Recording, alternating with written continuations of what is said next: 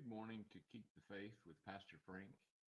I pray that you're having a great day as start off. So, we're going to start off this morning with a little devotion, and we'll be found in Mark 8. And if you just give me an opportunity to greet you, we can go ahead and get started. I think one of the things I like to do is greet everybody when they get on in the morning. But I think it's, I want to see, just say hi. Hello, Brother James. It's good to see you online. Hope to see you in person one day soon. Good morning, Janine. It's good to see you online. Good morning, Sheila. Looks like your vacation Bible school is going well. You look like you're still pretty excited about all the kids. Good morning, Russell. It's good to see you online. Good morning, Brother Gary. It's good to see you online. Pray you're doing well. Good morning, Brother Lee. It's good to see you online.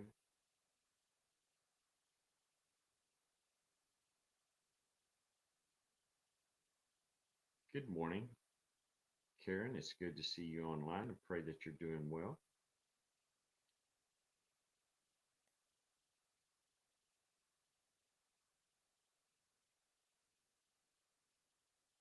Good morning, Lewis and Brother Lewis and Sister Gail. Pray y'all are doing well. They want to say good morning to everyone. It's good morning. So this morning we'll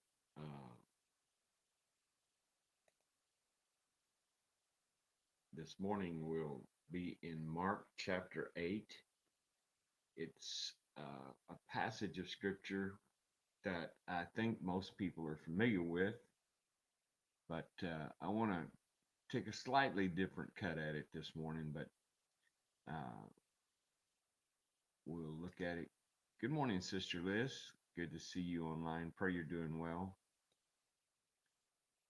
And if you will like the stream, share it, do what you can to get it out there. And I don't know if I said this, Pastor Gary Langley. Good morning. It's good to see you. And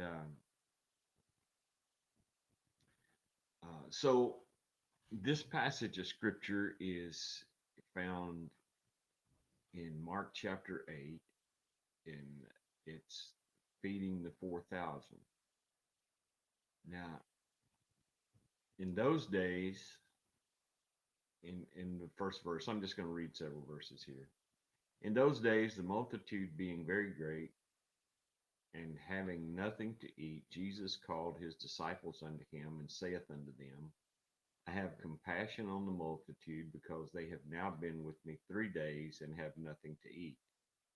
And if I send them away fasting to their own houses, they will faint by the way.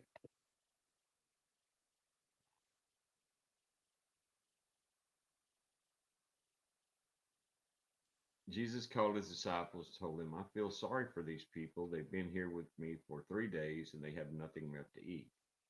If I send them home hungry, they'll faint along the way, for some of them have come a long distance. His disciples replied, how are we supposed to find enough food to feed them out here in the wilderness? Jesus asked, how much bread do you have? 7 loaves, they replied. So Jesus told all the people to sit on the ground. Then he took the 7 loaves, thanked God for them, and broke them into pieces. He gave them to his disciples, who distributed the bread to the crowd. A few small fish were found too. So Jesus also blessed these and told the disciples to distribute them. They ate as much as they wanted. Afterward, the disciples picked up 7 large baskets of leftover food. There were about 4,000 people in the crowd that day, and Jesus sent them home after they had eaten. So uh, these these people had already been with Jesus for several days. They hadn't eaten any. They hadn't, it wasn't. There were 4,000 people following Jesus. That's a huge crowd to have anywhere, much less out of small villages. And uh, and Jesus knew that they hadn't had a lot to eat. Anything they had eaten, they had brought with them. And I don't know, a lot of people have the foresight to take food. My wife, whenever we're going to go somewhere, she packs little snacks and everything. So we actually could survive for 2 or 3 days on what she brings along as snacks. But if I go myself, uh, then I find out that uh, I don't take anything with me, so I have to stop at somewhere at a convenience store and get me a little snack or something like that. But my point is some people prepare better than others for travel. But a lot of this that happened was spontaneous. The people following Jesus, as Jesus was teaching, people spontaneously began to just follow him. And as they continued to follow him, um, the crowd continued to grow because people want to see what was happening. And as the crowd continued to grow, then Jesus continued to minister. And um, so, again, I want to this, my topic is God provides. And I want to just point out a couple of little things about this verse and these verses in one. Uh, Jesus is the one that told his disciple, I want to be sure these people have something before I send them away. So God is the one that notices. Now, sometimes we should notice because we've been in the same place, we're doing the same thing. But God is the one that notices that you have need. And he's also the one that uh, makes preparation and and uh, and provision. So what Jesus did here, and this is something that we need to take to heart, especially those of us that are in leadership, is we need to understand now here Jesus' part in this was he blessed the bread and he blessed the fish, but the disciples distributed everything. Now, I know if you're a leader, if you're not careful, one of the things that you do, and I see several people here that are on that are like in leadership and pastors and ministry. So my point here is you bless it, but you let the other disciples do it. You let your other leaders or other people that are helping you in the ministry, you let them do the distribution because this happens two things. Number one, you don't have to do everything yourself. And number two, it gives them confidence that they can do something in the ministry. And it gives them confidence that they can help people through the power of God. So, I, and what happens here is it very plainly says that they were out in the wilderness. And so my point this morning is very simply, even in the wilderness, God can provide for you. And you just be surprised how many times that uh, you get to a place you think you don't have anything, and it could be financial, it could be physical, it could be food, it could be anything, and then God provides. I can't tell you how many stories I've heard over the years and experienced myself when I was running low on food. I mean, really, and didn't have the means to really supply the family like I should, that God spoke to someone and we would wind up and find, uh, somebody knock on the door. And then when we get to the door, there's groceries sitting everywhere, and or someone uh, just put an envelope uh, where I actually, one time I was reading through my Bible and found where someone had taken and uh, put $100 bill in between the pages, and actually it wasn't, there wasn't an envelope, there wasn't a name, there wasn't anything, but all I know is that I didn't put that money there. But I found it at a time when that came in just in time so I could give it to my wife and she could buy food for our family.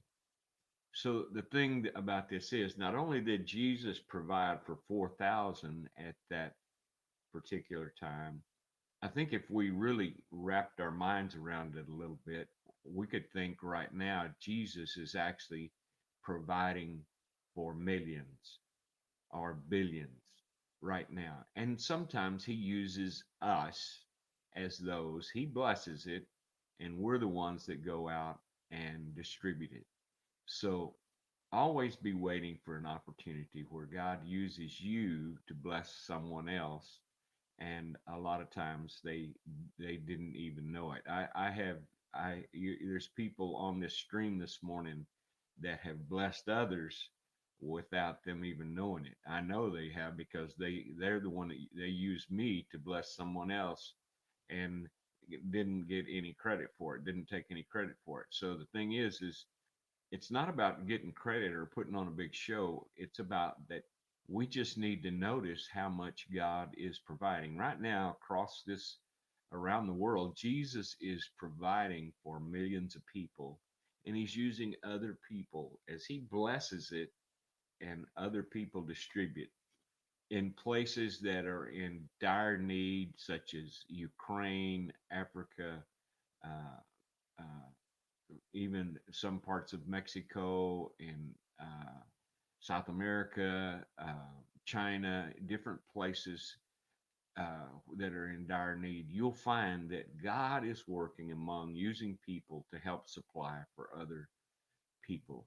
It's not always food. It could be a few funds that you needed. It could be even you know a ride in a car that otherwise some person would have to walk for hours to get somewhere to do something. It could be a little help. But the thing about it is, I think that we look to some of these stories in the Bible, and so we go around looking for a multitude.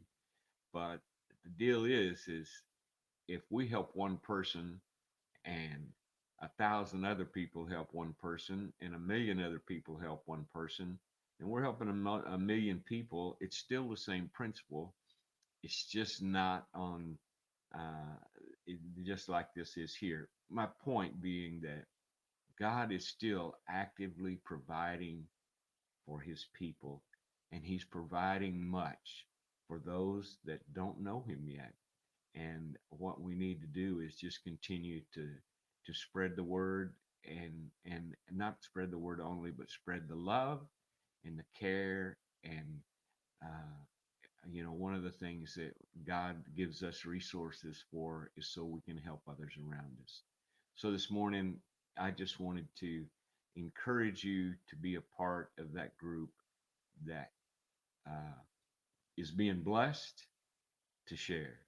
And so this morning, I encourage you. God's blessing you. Nah, he's using us to share. It's good. So it's good to be with you this morning. I pray that you just are blessed. I pray that you will just be encouraged and lifted up. I know there's a lot of negative things being said about things this time, but let me just tell you this: Jesus has got this under control. So you stick with God. Let the politicians do what politicians do. Let the Other people do what they need to do. We stick with Jesus. He's going to continue to supply our need, and we'll be able, through His blessing, to help others. As we do that, be blessed. And if you're one of those that need help, be blessed, because Jesus is going to see that you need that, and He's going to supply that need. So this morning, I just want to encourage you to keep the faith, and remember, you're blessed to share. Keep the faith. I'll see you tomorrow morning, pretty early in the morning, about 6:30. God bless.